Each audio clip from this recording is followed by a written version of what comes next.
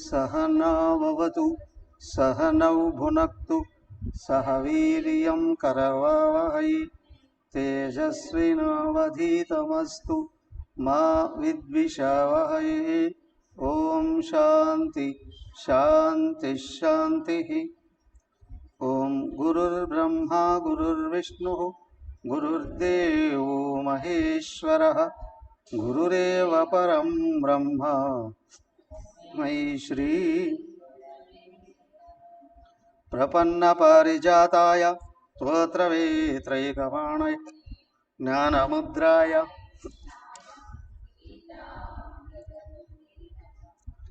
सच्चिदानन्दरूपाय विश्वोत्पत्त्यादिहेतवे तापत्रयविनाशाय श्रीकृष्णाय वयं नमः। हरि ओम्।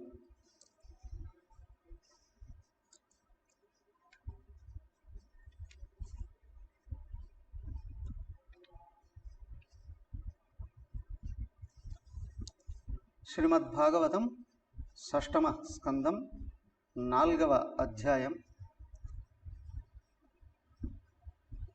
దక్ష ప్రజాపతి భగవంతుడిని స్తుతిస్తున్నాడు. ఆ స్తుతి హంసగుహ్య స్తోత్రము అనే భావంతో, రహస్యమైనటువంటి హంస అంటే అందరిలో అహముగా ఉన్నటువంటి భగవంతుడిని ఈయన స్తుతిస్తున్నాడు. ఆయన ప్రత్యక్షమయ్యాడు, దక్షుడిని అనుగ్రహించాడు. అజామళ ఉపాఖ్యానం జరుగుతుంది కదండి, సడన్గా ఈ దక్షుడు ఎక్కడి నుంచి వచ్చాడు అని అనిపిస్తుంది. అయితే ఈ కథలో ఏంటంటే అజామళ ఉపాఖ్యానాన్ని ఒక ఎగ్జాంపుల్గా చెప్పాడు ఆయన అక్కడ శుక మహర్షి. ఏంటి అంటే వ్యక్తి కర్మలు అనేటువంటివి ఏ విధంగా వెంటాడుతాయి, కానీ భక్తి అనేటువంటిది కర్మల్ని ఎలాగ తొలగిస్తుంది అనేటువంటి విషయం చెప్పడంలో ఒక ఉదాహరణ తీసుకొచ్చారు ఇక్కడికి. కానీ అసలు కథ ఎక్కడ సాగుతుంది? ప్రజాపతుల దగ్గర సాగుతుంది. ఆయన ఉత్తానపాదుడు ఉన్నాడు కదా, ఉత్తానపాదుడికి 2 కొడుకులు ఉన్నారు. అవునా, ధ్రువుడు. ఆ ధ్రువుడి యొక్క వంశం అంతా చెప్పాడు. ఆ తర్వాత ప్రియవ్రతుడు అనే 2వ కొడుకు ఉన్నాడు. ఆ 2వ కొడుక్కి సంతానం ఎవరైతే ఉన్నారో ప్రచేతసులు అనేటువంటి వాళ్ళు ఉన్నారు. వాళ్ళు తపస్సు చేసి భగవంతుడిని ప్రత్యక్షం చేసుకున్నారు. అప్పుడు వాళ్ళ యొక్క జీవితం ఏ విధంగా కొనసాగుతుందో చెప్పేటువంటి సందర్భంలో 5వ స్కందం పూర్తయింది. 6వ స్కందం దాన్ని కొనసాగిస్తూ ఉంది. చూడండి, 4వ అధ్యాయం. దేవాసురనృణాం సర్గో వా నాగానాం మృగపక్షిణాం సామాసికస్త్వయా ప్రోక్తో యస్తు స్వాయం తస్యైవ వ్యాసమిచ్ఛామి జ్ఞాతుం తే అనుసర్గం యయా శక్త్యా ససర్జ సూత ఉవాచ ఇతి సంప్రశ్నమాకర్ణ్య రాజర్షేర్బాదరాయణిః ప్రతినంద్య మహాయోగే జగదముని సత్తమా. శ్రీశుక ఉవాచ యదా దశ ప్రాచీన బర్హిషః అంతః సముద్రాదున్మగ్నా దదృశుర్గాం ద్రుమైర్వృతాం ద్రుమేభ్యః కృజ్యమానాస్తే తపోదీపితమన్యవః ముఖతో వాయుమగ్నిం చ ససృజుర్ తాభ్యాం నిర్దక్ష్యమానాం స్థానుపలభ్య కురుధ్వః. రాజోవాచ సోమో మన్యం ప్రశమయన్నివ మాతృమేభ్యో మహాభాగదేనేభ్యో వివర్ధయిషవో యూయం ప్రజానాం పతయ స్మృత అహో ప్రజాపతిర్భగ హరిరవ్యయ వనస్పతినోషధీశ్చ ససర్జోర్జ మిషం విభు. మరి ఇప్పుడు ఏమైంది? పరీక్షన్ మహారాజు అడుగుతున్నాడు, అయ్యా అప్పుడు స్వయంభూ మనువు అవునా, ఆయన మన్వంతరంలో దేవతలు, అసురులు, మానవులు, అలాగే సర్పాలు, పశుపక్షాదులు అన్నీ కూడా ఏ విధంగా అయితే సృష్టించబడ్డాయో వర్ణించావు సంక్షిప్తంగా అవునా. ఆ సృష్టి అంతా ఏ విధంగా వచ్చింది? అందరూ అంటారు కదా, చెట్టు ముందా, విత్తు ముందా, ప్రశ్న వేస్తారు. కొంతమంది ఎవరి స్వాముల దగ్గరికి వస్తే ప్రత్యేకంగా ఏమైనా సందేహాలు ఉంటే అడగండి అని అన్నాం అనుకోండి, వీళ్ళు ఏం చేస్తారు, పెద్ద తెలివైన వాళ్ళు లాగా చెట్టు ముందా, విత్తు ముందా అవునా. ఇంకొంతమంది పక్షి ముందా, గుడ్డు ముందా, ఇలాంటి ప్రశ్నలు వేసేవాళ్ళు కూడా అవునా కదా. వీళ్ళ తెలివితేటలను ప్రదర్శించుకోవడం కొరకు. అలా కాదయా, ఆ సృష్టిని గురించి అప్పుడు వర్ణిస్తూ అక్కడ కొంచెం ఆగావు. దాని గురించి కూలంకషంగా చెప్పు. అసలు సృష్టిలో మొట్టమొదటి ఏమి వచ్చాయి, ఎవరెవరు వచ్చారు, ఎలా వచ్చారు, ఈ సృష్టిని చేసిన వాళ్ళు ఎవరు, సృష్టికర్త ఎవరు? నేరుగా అయితే బ్రహ్మదేవుడు అంటాం. ఏ బ్రహ్మదేవుడు ఇక్కడికి వచ్చి పిల్లలు పెట్టాడా? ఎలా వచ్చింది? బ్రహ్మదేవుడు అక్కడ ఉన్నాడు కదా బ్రహ్మలోకంలో. ఆయన ఏ విధంగా ఇదంతా సృష్టిని క్రమబద్ధీకరించాడు. సో ఆ విషయాన్ని కూలంకషంగా అంటే విస్తృతంగా వినాలని ఉందయ్యా, నాకు పూర్తిగా తెలియపరచవయ్యా. అప్పుడు సూతుడు చెప్పాడట. సూతుడు ఎవరికి చెప్పాడు? శౌనకాది మునులకు చెప్పాడు అవునా. పరీక్షన్ మహారాజుకేమో శౌనకుడు ఈయన చెప్పాడు, సుఖమహర్షి. ఆ విషయాన్ని కలియుగ ఆరంభంలో ఋషులందరూ సత్రయాగం చేస్తూ ఉంటే సూతుడు వచ్చి పురాణాలన్నీ వర్ణన చేస్తూ ఉన్నాడు. ఆ విషయాన్ని తీసుకొని వచ్చారు. ఆ విధంగా సూతుడు చెప్తున్నాడు. అప్పుడు పరీక్షన్ మహారాజు సుఖయోగేంద్రుడిని అడిగితే సుఖమహర్షి ఆయనకి ఈ విధంగా చెప్పాడయ్యా. ఏం చెప్పాడు? శ్రీ సుఖోవాచ. అప్పుడు అనుకున్నాం కదా ప్రాచీన బర్హి అని, అవునా. ఆయనకు 10 మంది కుమారులు ఉన్నారు అని. వాళ్ళు సముద్రంలోకి వెళ్ళి తపస్సు చేశారు, ప్రచేతస్సులు అని అంటారు వాళ్ళని కదా. వాళ్ళు సముద్రం నుండి బయటకు వచ్చారట. అప్పటికే తెలిసింది ఈ ప్రచేతసుడు కుమారులు వీళ్ళు. ఆ ప్రచేతసుడేమో నివృత్తి మార్గంలో వెళ్ళిపోయాడు అప్పుడే.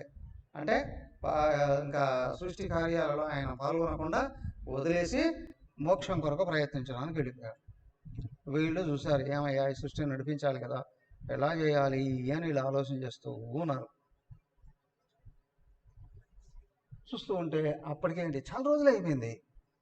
వాళ్ళ నాన్న ఇప్పుడు ఇంట్లో యజమాని ఉన్నాడు అని అంటే ఇల్లు కలకల్లాడుతూ ఉంటుంది. ఎందుకంటే చెత్త చెదారాన్ని ఊడ్చేసి ఎప్పుడు నీట్గా పెట్టుకుంటారు, మనుషులు తిరుగుతూ ఉంటారు. ఒక వారం రోజులు ఇంట్లో వాళ్ళు ఎవరు లేకుండా ఎక్కడికి టూర్కి వెళ్ళిపోయారు అనుకోండి, తిరిగి వచ్చేటప్పటికి మట్టి నడుపుతుంది. నెల రోజులు లేకపోతే బూజంతా కూడా నడుపుతుంది.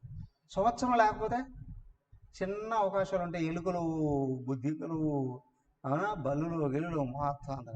ఓ 10 ఏళ్ళు లేకపోతే ఇల్లు పనికిరాదు. మళ్ళీ 10 ఏళ్ళు వాడకపోతే ఇల్లే ఉండదు, మొత్తం అంతా కూలిపోయే స్థితికి వచ్చేస్తుంది. చాలా సంవత్సరాలు అయిపోయింది ఆ ప్రచేతసుడు వెళ్ళిపోయి. వీళ్ళేమో వెళ్ళి సముద్ర గర్భంలో తపస్సు చేసుకొని వచ్చారు. మొత్తం భూమి అంతా చెట్ల చేమలతో నడిపోయింది. భూమి మీద జీవరాశులే లేకుండా అయిపోయేట. వాళ్ళు చూసి బాగా బాధ కలిగింది, కోపం వచ్చింది. ఏం చేశారా అంటే వాళ్ళు ఒక్కసారి కోపంతో భూమి మీద చూశారు. వాళ్ళ కళ్ళలో నుండి అగ్నులు పట్టుకొచ్చేసాయి. ఈ భూమి మీద ఉన్న చెట్లు చేమలు నెట్ని తగలబెట్టేస్తూ ఉన్నారు.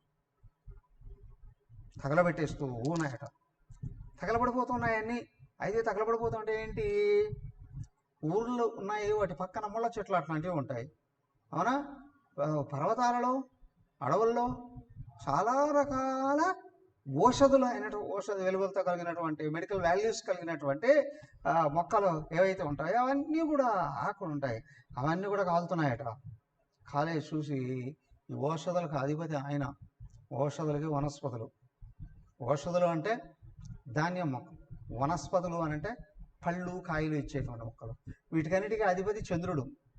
ఆయన వెన్నెల కిరణాల నుండి ఇవి పదార్థాన్ని నింపుకుంటాయట. ఆయనకు బాధ కలిగింది, వెంటనే వచ్చి శాంతింపజేశాడు. అక్కడ ఎవరిని, మంటల్ని ఆపేశాడు. తర్వాత వాళ్ళందరినీ శాంతింపజేశాడు. శాంతింపజేసి ఈయన ఈ ప్రచేతసుల దగ్గరకు వచ్చి వాళ్ళతో మాట్లాడుతూ అయ్యా, మీరు కోపాన్ని తాపాన్ని ఆపండి కొంచెం, అవునా? మీ ముఖం నుండి వచ్చిన అగ్ని ఏదైతే ఉందో మొత్తం అంతటినీ తగలబెట్టేస్తూ ఉంది, అవునా? దానికి అగ్నికి వాయువు తోడైంది. మరి ముళ్ళ చెట్లతో పాటు ఔషధ వనస్పతులు కూడా అన్నీ తగలబడిపోతున్నాయి. పనికిరాని మొక్కలు తగలబెడితే ఒక ఎత్తు, పంటలు తగలబెడితే,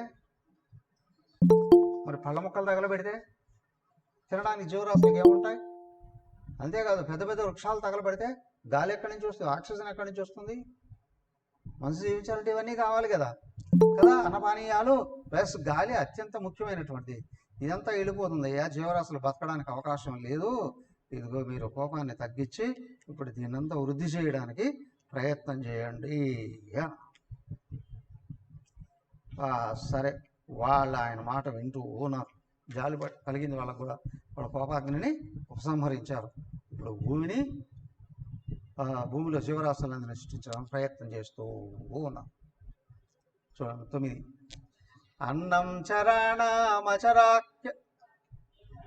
చరాణామచరా అవధపాదచారిణాం హస్తయుక్తానాం ద్విపదాంచ చతుర్భుజ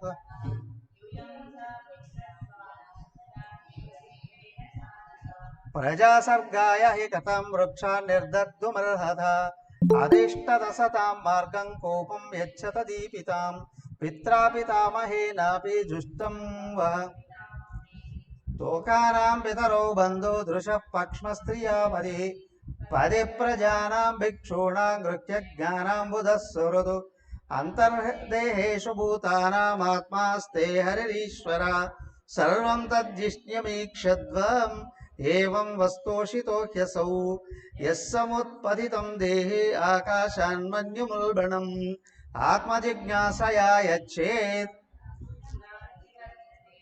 అలం దగ్ధైర్ద్రుమైర్ధేనైఖిలానాం శివమస్తు వార్షిక్యేషావరా కన్యా పత్నిత్వే ప్రతిగృహ్యతాం ఇత్యామంత్రవరారూహం కన్యామాప్సరసీం నృప సోమో రాజాయయౌ దత్వా తే ధర్మే నోపయేమిదేం సేభ్యస్. అప్పుడు ఏమైందయ్యా, ఇదిగో భగవంతుడే ఇవన్నీ ఔషధులు వనస్పతులు సృజించాడు, అవునా? సర్వజీవరాశుల కొరకు. అదిగో అవన్నీ తింటూ పక్షులు జీవిస్తున్నాయి, జంతువులు జీవిస్తున్నాయి కదా. అలాగే అవన్నీ కూడా ఇంకా బాగా పెరిగితే మానవులకందరికి కూడా మంచి మంచి ఇవన్నీ రావడానికి అవకాశం ఉంది. అయ్యా, ఇదిగో మీరేం చేయాలి, వీటినన్నీ దహించేసేస్తే జీవరాశులు ఏ విధంగా బతుకుతాయి? ఇక్కడ మీ పూర్వీకులైనటువంటి వాళ్ళు స్వయంభూ మనువు ఉన్నాడు కదా, వాళ్ళందరూ కూడా ఏ విధంగా అయితే జీవరాశులను అందరినీ బతికేటట్టు చేశారు. ఇప్పుడు అందరూ జీవించాలంటే మొట్టమొదటి ఏం కావాలి? జీవరాశులన్నీ సుభిక్షంగా బతకాలంటే ఏం కావాలి చెప్పండి? ఫస్ట్ వర్షం పడాలి. గాలి కావాలంటే గాలి ఉంటుంది. హిమాలయాల్లో కూడా విపరీతమైన గాలి ఉంటుంది, ఆక్సిజన్ ఉండదు. ఇప్పుడు హిమాలయాల దాకా వెళ్ళామని అనుకోండి, ఊపిరాడదు అంటారు. ఎందుకంటే భయంకరమైన గాలి వీస్తూ ఉంటుంది, కానీ దాంట్లో ఆక్సిజన్ ఉండదు. ఇంకా మానసరోవరం దగ్గరికి వెళ్ళేటప్పటికి ఆ కొండలు పైకెత్తు ఉంటే 5% నుండి 10% వరకు ఆక్సిజన్ ఉంటుంది. 30 ఏళ్ళ కుర్రాళ్ళు కూడా ఏం చేస్తారు, ఊపిరి లేదా? ఊపిరి లేదు. శక్తి లేదా? ఎక్కడుంది? కండరాలు ఉండొచ్చునేమో, శక్తి గాలి నుండి వస్తుంది, గాలి వాయువు నుండి, ఆక్సిజన్ నుండి వస్తుంది కదా, అదే ఊపిరి అంటే అది నడిపిస్తుంది, అది లేదు. కాబట్టి ఇక్కడ చెట్లన్నీ ఉంటేనే అవంతా జీవించడానికి అవకాశం. ఎక్కడ బాగా చెట్లు ఉన్నాయో అదంతా హాయిగా తేలిగ్గా జీవితం గడిచిపోతూ ఉంటుంది. 24 గంటలు ఏసీ రూమ్లో కూర్చున్నా రూమ్ నుంచి బయటకు వస్తేనే మల మాడిపోతుంది, దేహం మాడిపోతుంది. అవును, ఇంతెందుకు 10 గంటలకు అట్లా బయటకు రాండి. ఇప్పుడు మార్చే కదా, 10 గంటలకి ఈ చెట్టు దగ్గరికి వచ్చి ఇక్కడికి వస్తే కూర్చుందాం అనుకుంటే ఏదో యాక్టివ్గా ఉన్నట్టుంది. ఏమిటయ్యా అంటే మళ్ళీ ఫ్యాన్ దగ్గరికి వెళ్ళి కూర్చోవాల్సిరా. ఏంటంటే ఆక్సిజన్ అందదు. ఈ ఎండ మధ్యాహ్నం 12 అయ్యేటప్పటికే విపరీతమైనటువంటి ఎండలు వచ్చేసేస్తాయి కదా. కాబట్టి ఏంటి అంటే ఆక్సిజన్ తగ్గితే జీవరాశులు బతకడం కష్టంగా ఉంటుంది. ఆక్సిజన్ కావాలి అని అంటే బాగా వృక్షాలు పెరగాలి.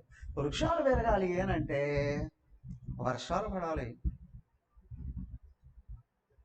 ఇవన్నీ కావాలి అని అంటే ముఖ్యంగా మనుషులు ఉండాలి. వాళ్ళు కూడా యజ్ఞయాగాదులు చేయాలి. అవునా? సో కాబట్టి ఏంటి ఏనంటే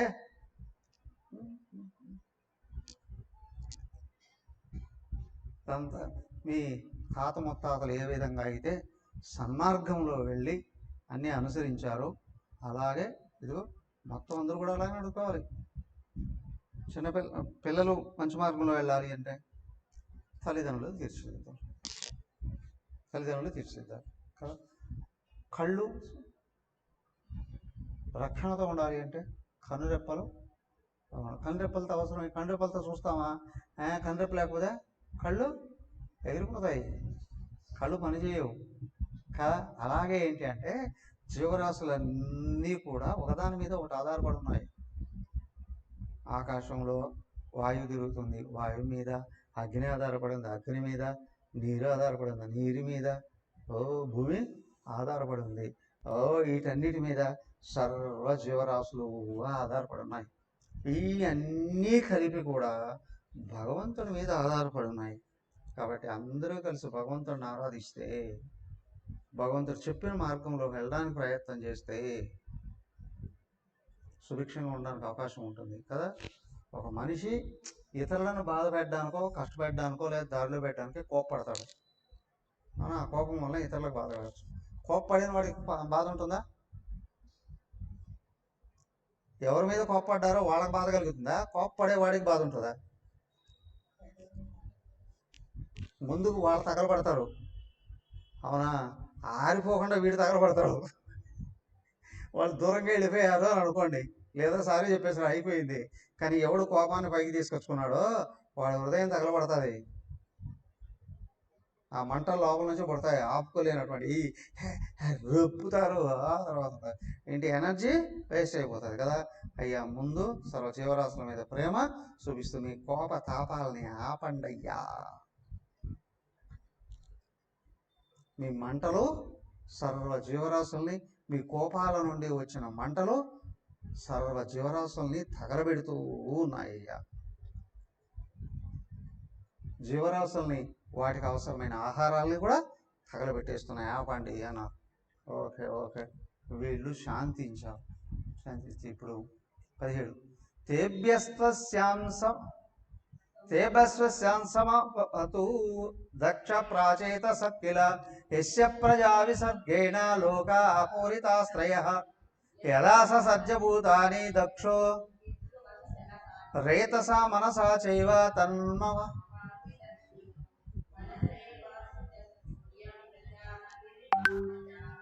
దేవాసుర మనుష్యాదీన్న భక్తల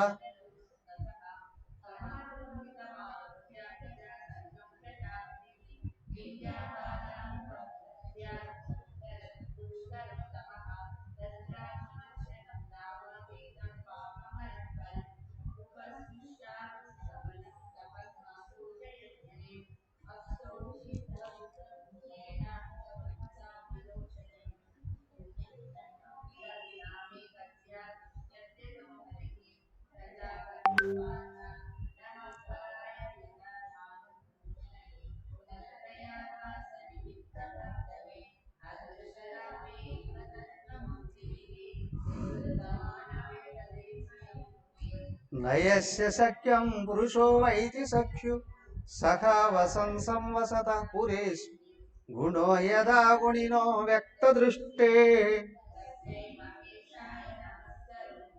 దేహో సవోక్ష నాత్మానమన్యం చ విదుః పరం యదు సర్వం పుమాన్ వేద గుణాంశ తజ్ఞో న వేద సర్వజ్ఞమనంతమీడే. ఓకే, అప్పుడు ఏమైంది? ఇదంతా ఎవరు చెప్తున్నారు? చంద్రుడు చెప్తున్నాడు. ఆ ప్రచేతస్సులకి ఇంకా దక్షిణ పుట్ల ఇంకా తర్వాత రాబోతుంది. అయితే అంటే ఈ ప్రచేతస్సులు ఉన్నారే, ప్రచేతన కుమారులు ఆ 10 మందికి కోపాన్ని తగ్గించమని చంద్రుడు బోధిస్తూ ఉన్నాడు. ఓషధుల వనస్పతులకు అధిపతి అయిన చంద్రుడు బోధిస్తూ ఉన్నాడు. ఆ బోధిస్తూ వాళ్ళు కోపాన్ని ఉపశమింపజేసేటప్పటికి ఆయన వచ్చాడు. ఇదిగో ప్రమోచ అను ఒక అప్సరస ఉందట. ఆమెకు ఒక కుమార్తె ఉంది.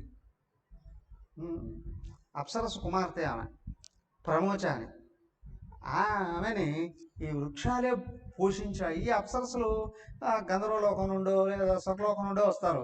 ఎవరో ఒక తపస్సు అడగొట్టేసి ఓ పిల్లనే కనేసి పారేసి వెళ్ళిపోతూ ఉంటారు వీళ్ళు. అలాగా ఒక అప్సరసకు పుట్టినటువంటి కూతురు ఉంది ప్రమోచాని. ఇవి తీసుకొని మీరు పెళ్లి చేసుకోండి అయ్యా అన్న.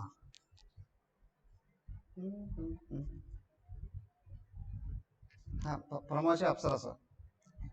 ఆమెకు ఒక కూతురు ఉందట, మారిషా అని. మారిషా అనే కూతురు ఉందట. ఏమి తీసుకెళ్ళడివే మీరు పెళ్లి చేసుకోండి అన్నాడు. అర్థమైందా? వింటున్నారా? కూర్చోన్నారా? వాళ్ళు 10 మంది. ఈ చంద్రుడు ఒక అమ్మాయిని ఇచ్చి మీరు పెళ్లి చేసుకోకండి అని అంటున్నాడు. అది కృతయుగం కాబట్టి చెల్లింది. ఒకే అమ్మాయిని 10 మంది పెళ్లి చేసుకున్నారు. 10 మంది పెళ్లి చేసుకున్నారు ధర్మబద్ధంగా. అప్పనేమో అది ఎవరు చెప్తున్నారో వాళ్ళు ఆ విధంగా ఆచరించి వెళ్ళిపోయేవాళ్ళు. వాళ్ళకి సంసారం మీద కాంక్ష లేదు, కామక్రోధాలు లేవు. లోకం కోసం ఏదో చేయమంటున్నారు, అలాగా చేసి వెళ్ళిపోతూ ఉంటారు అంతే. ఆయన ఎవరు? వ్యాసుడు జననానికి కారణం ఆ సత్యవతి పరాశరుడు. పరాశరుడు పెళ్లి చేసుకున్నాడా? సత్యవతి అయినా భార్య అయిందా? తాత్కాలికంగా ఒక నియమం అలా అయిపోతేనే ఆ కాంట్రాక్ట్ వెళ్ళిపోయి. కాబట్టి ఇవేమిటి అంటే ఇది కృతయుగంలో ధర్మాలు అవి. కాబట్టి ఏమైందయ్యా అంటే ఇదిగో ఆమెను వీళ్ళు తీసి పెళ్లి చేసుకున్నారట. ఆమెకు వీళ్ళ వలన ఒక మంచి అద్భుతమైన ఒక సంతానం, ఒక అబ్బాయి పుట్టాడట. ఆయనే దక్షుడు. ఏమండి, వినడానికి కొంచెం కష్టంగా ఉంది. ఇట్లాంటి వాళ్ళకి పుట్టే పిల్లలు ఎలా ఉంటారండి అని అనుకుంటారేమో. మొత్తం భూమినంతటినే పరిపాలించాడు ఆయన. అంతేకాదు అప్పుడు ఎవరు లేరు జీవం. ఆ అప్సరస్సు కూతురే ఒకటే ఉంది అక్కడ, ఎవరు లేరు. ఈయనకిచ్చి పెళ్లి చేసేటప్పటికి ఆయన నుండి భూమి మీద మానవులందరూ తయారయ్యారు. మళ్ళీ ఆ సంతానం ప్రజాపతి కదా, ఒక ప్రజాపతి పోయి ఇంకో ప్రజాపతి వచ్చే లోపల చాలా గ్యాప్ వస్తుంది. అలాగా ఈయన ద్వారాగా ఏమైందయ్యా అంటే ఇదిగో కథ అంతా చూడండి. ఆయన మళ్ళీ సర్వజీవరాశుల్ని మళ్ళీ సృజించాడు.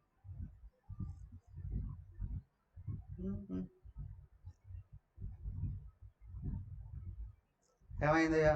మొట్టమొదట ఏం చేశాడు? ఆ జలంలో ఉన్న జీవరాశులను సృజించాడట. జలంలో ఏముంటాయి? చలచరాలు ఉన్నాయి. చేపలు, తబేళ్ళు, మొసళ్ళు, తిమింగళాలు, వాటినన్నింటినీ సృజించాడట ఆయన. ఆ తర్వాత భూమి మీద తిరిగేటువంటి జీవరాశులను సృజించాడట. తర్వాత ఆకాశంలో జీవరాశులను సృజించాడు. ఆకాశంలో జీవరాశులు ఏమిటివి? పక్షులు. అవునా? అంతేకాదు దేవతలందరూ ఎక్కడ ఉంటారు? పైనేగా. వాళ్ళందరినీ కూడా సృజించాడు. ఆ తర్వాత భూమి కింద ఉన్న వాళ్ళని సృజించాడు. వాళ్ళెవరు? జలానికి కింద ఇంకా కింది లోకాలు, నరకాది లోకాలు, అసురులు, వాళ్ళని సృజించాడు. ఆ తర్వాత భూమి మీద మనుషుల్ని సృజించాడు. అవునా? వీళ్ళందరినీ సృజించాడు, వదిలేడు. వాళ్ళ నుండి ఇంకా జీవరాశులు మళ్ళీ తయారు కాలేదట. ఎప్పుడో వంశవృక్షము అని అంటే ఒక ఆయన చూపిస్తారు కదా, ఆయన ద్వారా ఆయనకు ఒక 4 కొడుకులండి, 2 కూతుర్లండి, ఆ తర్వాత 6 మందికి 6 మందికి 10 మంది, అలా 3 తరాలు 4 తరాలు అయిపోయి గంపడు లేకపోతారు. వీళ్ళనేమో ఆయన సృజించాడు, కానీ వాళ్ళ తర్వాత అసలు సృష్టి ఏమీ పెరగలేదట. మరి ఎలాగయ్యా ఏమిటి అనుకోని ఈయనకి విపరీతమైనటువంటి బాధ కలిగిందట. ఆయన వెళ్ళి ఏం చేశాడు? హిమాలయాలకు వెళ్ళి తపస్సు చేశాడు. అఘమర్షణము అనేటువంటి ఒక తీర్థం ఉందట. అవునా? అది సకల పాప హరం. అంటే అక్కడికి వెళ్ళి స్నానం చేసి తపస్కారం చేస్తే అన్ని పాపాలు వెళ్ళిపోతాయండి అని. లేదా ఇప్పుడు కాశీలో వెళ్ళి ఒక రోజు ఉంటే 1000 సంవత్సరాల పుణ్యం వస్తుందట. అదే అక్కడికి ఇది బదరీకి వెళ్ళి ఒకరోజు అక్కడ ఉంటే 10,000 సంవత్సరాల పుణ్యఫలం వస్తుందట.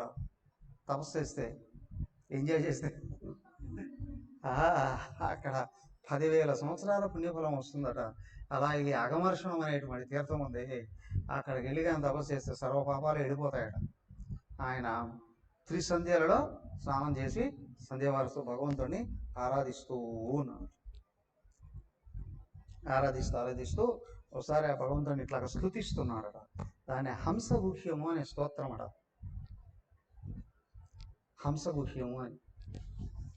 గుహ్యం అంటే రహస్యం, హంస అంటే అహం సహ అనేది. సహ ఆయన ఎవరు? భగవంతుడు. అహం నేను, అంతటా ఉన్న ఆయనే ఇక్కడ నేనుగా ఉన్నాడు అని. ఈ రెండింటిని కలుపుతూ ఒక స్తోత్రం. పవర్ కనిపిస్తుందా? లైట్ కనిపిస్తుంది, బల్బు కనిపిస్తుంది. పవర్ కనిపిస్తుందా? లైట్ ఒక చోటే ఉంటుంది. అవునా? ఈ మధ్య అంతా కలిపి ఇక్కడ ఒకటి ఉంటుంది. మరి అదే వైరు అంతటా ఉంది, వైర్ నిండా పవర్ ఉంది. పవర్ కనిపిస్తుందా? లేదు. అలాగే ఏంటంటే భగవంతుడు కూడా కనిపించేవాడు కాదు, అవ్యక్తమైనటువంటి వాడు. అదే గుహ్యం, రహస్యం ఉంది కానీ కనిపించదు.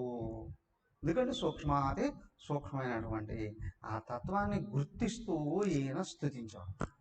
అడుగుతారు కొంతమంది నాస్తికులు, చాలా చదువుకున్న వాళ్ళే ఉంటారు, దేవుడు ఎక్కడ ఉన్నాడు?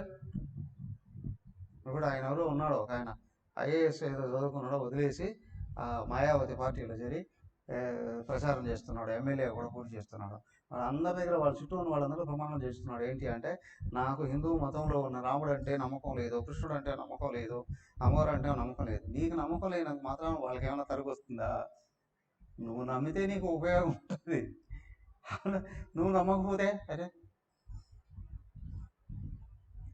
నేను పుట్టేటప్పటికే మా తాత లేడు కాబట్టి అసలు మా తాత అనేవాడే లేడు అంటే మా తాత అనేవాడే లేడంటే మీ అమ్మ నాన్న లేరా? ఉన్నారు. అరే వాళ్ళని అడుగు, వాళ్ళ అమ్మ నాన్న ఉండడం లేదు. అవునా? వాళ్ళు లేరు కాబట్టి నేను చూడలేదు కాబట్టి వాళ్ళు లేనట్టే అంటే తగదురా అదంతా. అలాగే ఇక్కడ కూడా ఏంటి అని అంటే, భగవంతుడిని గురించి గుర్తించాలి అని అంటేనే దృష్టి సూక్ష్మంగా ఉండగలగాలి. చిన్నపిల్లలకి పవర్ ఎక్కడుంది అంటే చెప్పగలరా? మరీ చిన్నపిల్లలు 1-2 ఏళ్ళు కాదు కదా. ఇప్పుడు తెలివితేటలను బట్టి 3-4 తరగతుల వాళ్ళని వైర్లో ఉంది అని అంటారు, కదా. సో కాబట్టి ఇక్కడ ఏంటి అంటే, దృష్టి శుద్ధమై సూక్ష్మమైతే భగవంతుడిని గుర్తిస్తాం. ఈయనకు అర్థమైంది కాబట్టి ఆ విషయాన్ని, ఆ సీక్రెట్గా రహస్యంగా అంతటా ఉన్నటువంటి ఈశ్వరుడిని ఈయన స్తుతించాడు. ఆ స్తుతి ఏమిటయ్యా? ఇదిగో ఇప్పటి నుంచి అంతా అదే స్తుతి అండి. ఏమయ్యా? అదే చెప్తున్నాడు చూడండి, జీవుడు ఈశ్వరుడు అన్నారు కదా. హంస అంటే జీవుడు చూడు పరస్పర మిత్రులు అని అంటున్నారు. మిత్రుల ఒకటైనా ద్వైతి అంటాడు. ఆ ద్వైతి కూడా అనుకోడు అక్కడ. భక్తుడు భగవంతుడు వేరు వేరే ఒకటేనా? భక్తుడు భగవంతుడు ఒక్కడైనా ఇద్దరా? మీరు అంటున్నారు కదా స్వామి, భక్తుడు అంటున్నారు భగవంతుడు అంటున్నారు, రెండే కదా. రెండు అంటారా ఒకడే అంటారా? దేహ దృష్టి చూస్తే వేరు వేరు ఒక్కడే. అవునా? ఆ హనుమంతుడిని అడుగుతాడు రాముడు, హనుమా నీకు నాకు సంబంధం ఏంటి? అయ్యా దేహ దృష్ట్యాతో దాసోహం, ఈ దేహం దృష్టితో నువ్వు ప్రభువు, నేను దాసుని. అవునా? జీవ దృష్ట్యాదు అహం తవ శిష్య. ఈ జీవుడు ఉన్నాడే, సూక్ష్మ శరీరం ఉంది కదా, నువ్వేమో సంపూర్ణ జ్ఞానం కలిగిన వాడివి, నేనేమో కించిత్ జ్ఞానం కలిగిన వాడిని. కాబట్టి నిరంతరం నీ దగ్గర నేను జ్ఞానాన్ని నేర్చుకుంటూ ఉంటా శిష్యుని. ఆత్మదృష్ట్యాతు త్వమేవాహం. అవునా? ఆత్మదృష్టితో నువ్వే నేనయ్యా, నీకు నాకు తేడా లేదయ్యా అంటాడు. సో కాబట్టి ఇక్కడ ఏంటి అని అంటే, హంస అంటే అంతటా ఉన్న పరమాత్మయే జీవుడుగా ఉన్నటువంటి వాడు. ఒంటరిగా ఉన్నప్పుడు జీవుడు అంటున్నారు, అందరిలో ఉన్నాడు అన్నప్పుడు ఈశ్వరుడు అంటారు. కొంచెం జ్ఞానం కొంచెం భక్తి కలిగిన వాడు ఏమనుకుంటాడు? ఆ ఈశ్వరుణ్ణి జీవుడు ప్రార్థిస్తున్నాడు అనుకుంటాడు. జ్ఞానం పెరిగితే ఆ ఈశ్వరుడే ఇక్కడ జీవుడుగా ఉన్నాడు అనే విషయం అర్థమవుతుంది. ఆ భావంతో ఈయన స్తుతిస్తున్నాడు. అవునా? జీవుడు లేకుండా ఈశ్వరుడైనా ఉండగలడేమో కానీ ఈశ్వరుడు లేకుండా జీవుడు, అయ్యా జీవుడు అనేవాడే లేకపోతే ఈశ్వరుడు ఎక్కడయ్యా? ప్రజలే లేరనుకోండి, ప్రధానమంత్రి ఎవరు కదా? కానీ వీళ్ళిద్దరు లేకుండా పరమాత్మ ఉంటాడు. పరమాత్మ ఒకడే అందరిలో ప్రవేశించున్నాడు. కాబట్టి ఈశ్వరుడు ఒక్కొక్కడిలో ఉన్నవాడిని జీవుడు అంటున్నారు. కానీ ఇదంతా కూడా ఆ పరమాత్మయే అయి ఉన్నాడు. ఆయనే పంచభూతాలని సృజించాడు, వాటి రూపంలో ఉన్నాడు. అవునా? ఆయనే దేహం మనసు బుద్ధి ప్రాణాలు అన్నిటినీ సృజించాడు, వీళ్ళందరిలో కూడా ఉన్నాడు. అవునా? అంతటా ఉండి అంతటినీ నడిపిస్తూ ఉన్నాడు కదా. అందరిలో ఉండి అన్నీ చేస్తూ కూడా ఉన్నటువంటి వాడు భగవంతుడే. ఏదో పరామో మనసో నామ రూప రూపస్య దృష్ట స్మృతి సంప్రమోషతు.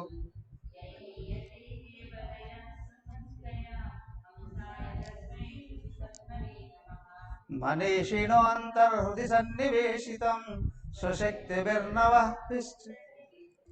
వాక్యం యదా దారుణి పాంచదశ్యం సవై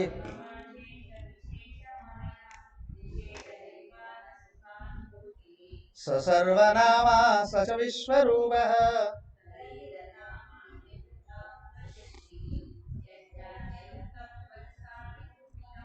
ధియాక్షవిర్వా మావో స్వరూపం గుణరూపం సవై గుణాపాయ యస్మిన్ యతో యేన చ యజ్జో పరావరేషాం పరమం ప్రాక్ప్రసిద్ధం తద్బ్రహ్మ తద్ధేతురనన్యదేకం యచ్చక్తయో వదతాం వాదినాం వై వివాద సంవాద కువో భవంతి కుర్వంతి చైషాం ముహురాత్మయోహం తస్మై నమోనంత గుణాయ భూమ్నే.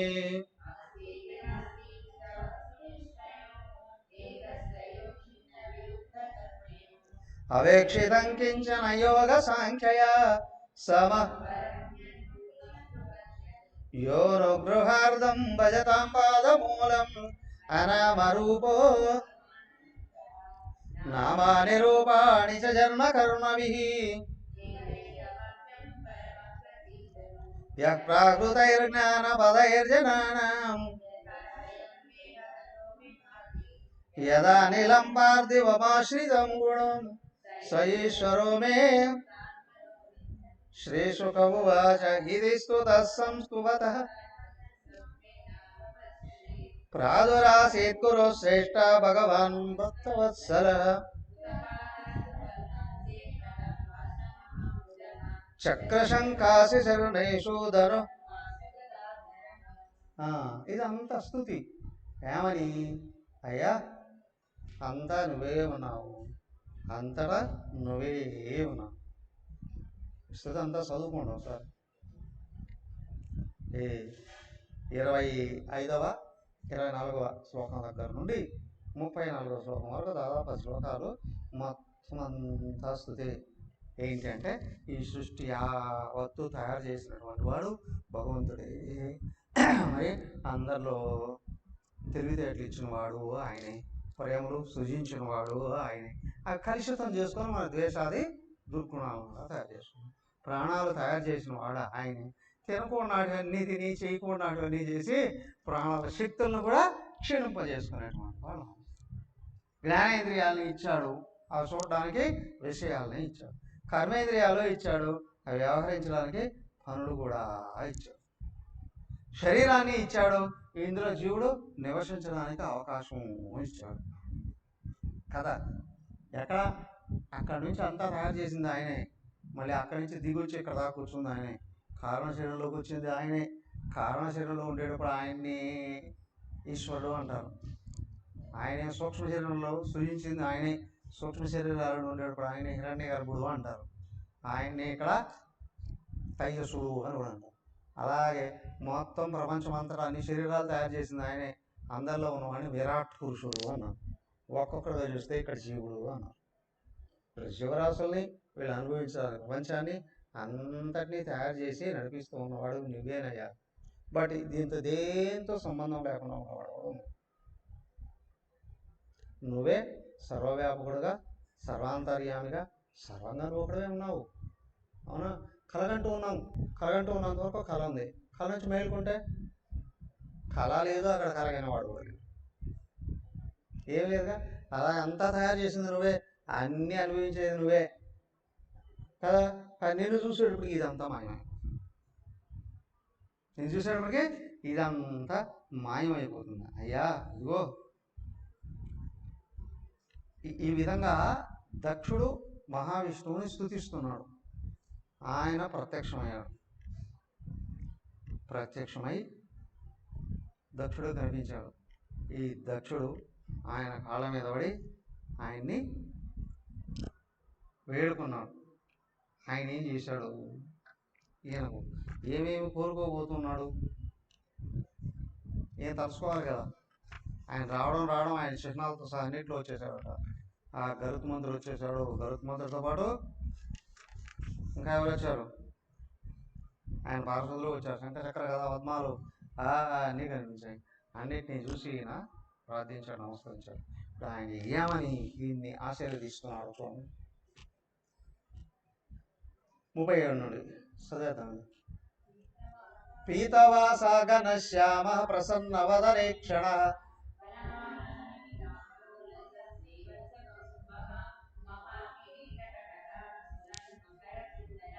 కాంచంగుళీయవలయా నూపురాంగదభూషితః త్రైలోక్యమోహనం రూపం బిభ్రత్య.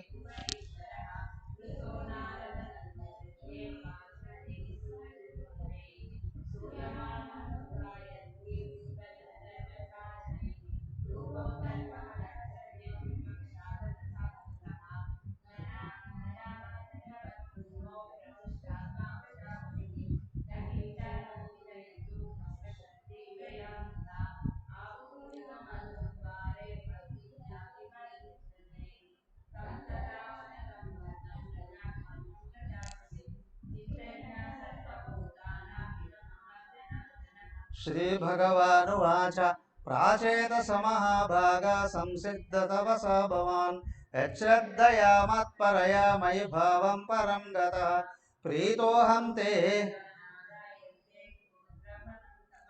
మమైష కామో భూతానాం యద్భూయా బ్రహ్మా భవో భవంతశ్చ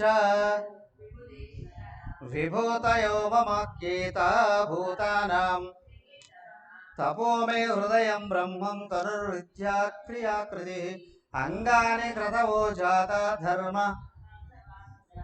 అహమే వాసమేకగ్రో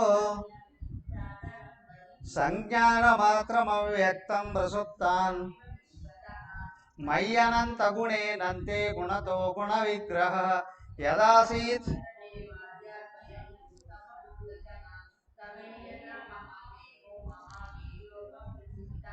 మేనే కిలమివాత్మాన సముద్యత సత్ అథ మే విహితో దేవః నవ విశ్వ ఏష పంచజనస్యాంగ దుహిత వై ప్రజాపతే అసిక్రీ నామ పత్నీత్వే మిథునం వ్యవయ ధర్మస్త్వం ప్రజసత్ మిథునం వ్యవయ ధర్మిణ్యా భూరిషో త్వత్తోధ మదీయయా భవిష్యంతి హరిష్యంతి చ మే బలిం.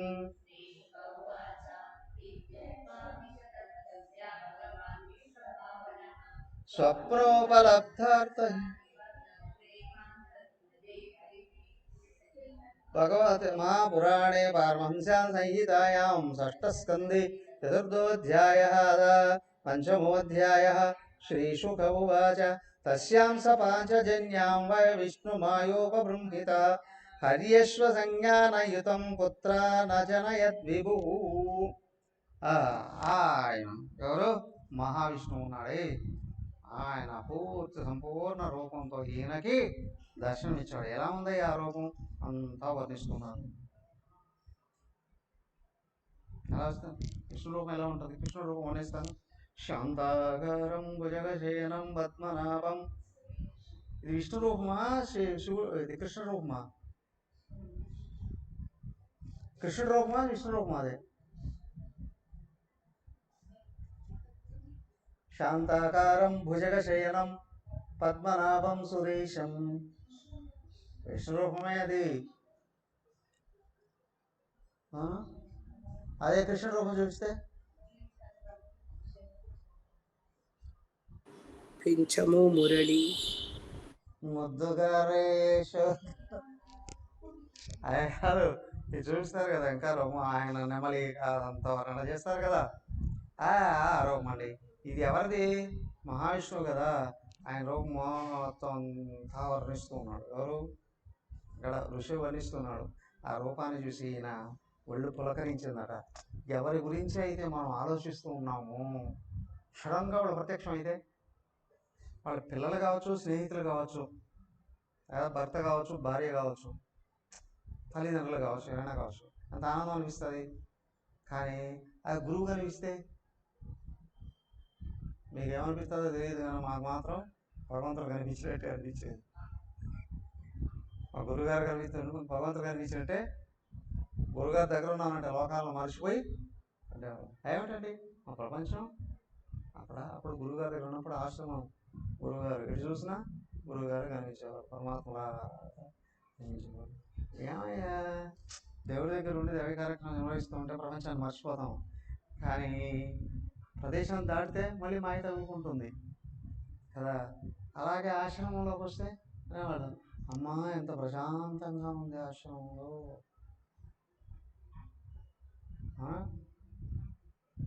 మన ఎవరో వచ్చారు, మన కొత్త వాళ్ళు ఎవరో వచ్చారు. ఆశ్రమం చాలా లోపల చాలా ప్రశాంతంగా ఉంది, చూడు, డిస్టర్బెన్స్ లేదు అంతే అనేవారు అమ్మగారు. అప్పుడు మన ఆశ్రమంలో మనసుని చెదరగొట్టే విషయాలు ఏమీ లేవు కాబట్టి అయ్యా ఇక్కడ ప్రశాంతంగానే ఉంటుంది. చెదరగొట్టే విషయాలు ఉంటే అశాంతి కదా, అది ఉంటుందని. అలాగే సాక్షాత్తు భగవంతుడు ఎదురుగా ఉన్నాడు అంటే దక్షుడి పరిస్థితి ఎట్లుంది? ఒళ్ళు పులకించిపోతూ ఉంది. ఆయన అంటున్నాడు, ఆయన నిజాన్ని ఇదంతా కూడా వేదాలు ఏవైతే చెప్తున్నా వేద స్థుతులు ఈ శ్లోకాల రూపంలో ఆయన్ని వర్ణించు వర్ణించు వర్ణించు చెప్పు కదా. కాబట్టి ఆయన చూశారు. ఏమండి ఆయన సృజించాడు అక్కడ వాళ్ళని, ఏది కానీ ఆ సృష్టి పెరగలేదు. పెరగకపోయేటప్పుడు ఈయనకు బాధ. అందుకే ఈయన తపస్సు చేసింది. మహావిష్ణువు ఈయన ఆశీర్వదించాలి కదా. ఆశీర్వదించేటప్పటికి ఏమంటున్నాడు, అయ్యా ఆయన ఒక అమ్మాయిని తీసుకువచ్చాడు. ఏ యుగంలో ఆమె ఈమె పంచజన ప్రజాపతి యొక్క కుమార్తె అసిక్కిని ఈమె నువ్వు భార్యగా స్వీకరించు. ఎవరికి ఇస్తున్నాడు? దక్ష ప్రజాపతి భార్య ఎవరు? అసిక్కిని. ఈమె స్వీకరించి ఈమె ద్వారాగా నీకు సంతానం కలుగుతుందయ్యా. ఆ సంతానంతో మొత్తం సృష్టి అంతా నిండిపోతుందయ్యా. ఆశీర్వదించాలి. ఆ అసిక్కినికే తర్వాత ఆమె కుమార్తెలు ఎంతమంది?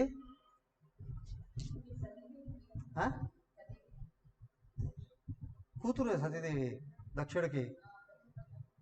దక్షుడికి కూతురు ఒకరేనా కూతురు? ఈ నక్షత్రాలన్నీ ఎవరు? రోహిణి మొదలుకొని 28, 29 నక్షత్రాలన్నీ ఎవరు? ఆయన కూతురులే కదా. చంద్రుడు చేసుకున్నది. ఆ పెద్ద ఆమెని శివుడు చేసుకున్నాడు. ఆ తర్వాత మిగతా వాళ్ళందరినీ చంద్రుడికి ఇచ్చారు. వాళ్ళంతా. ఇంకా ఆయన కొడుకులు ఉన్నారా లేదా? చాలామంది ఉన్నారు కొడుకులు. వాళ్ళలో మైనాకుడు హిమవంతుడు కొడుకు కదా. ఆయనకి దక్షుడు కొడుకులు కూడా ఉన్నారు చాలామంది. వాళ్ళంతా ఎవరైతే తర్వాత చెప్పబోతున్నారు రేపు చూద్దాం సార్. అయితే ఈ అసిక్కిని ఆమెకి ఇచ్చి ఎవరిచ్చారు? సాక్షాత్ విష్ణుదేవుడు ఇచ్చాడు. ఇచ్చి ఈమె ద్వారాగా నువ్వు సృష్టి చేయకో అను. ఆయనగా సృష్టి కార్యాన్ని మొదలుపెట్టాడు. ఎలా కొనసాగింది చూద్దాం. ఓం సర్వే భవంతు సుఖినః, సర్వే సంతు నిరామయాః, సర్వే భద్రాణి పశ్యంతు, మా కశ్చిద్ దుఃఖభాగ్ భవేత్. ఓం శాంతి శాంతి శాంతి. హరి ఓం. శ్రీ గురుభ్యో నమః. హరి ఓం.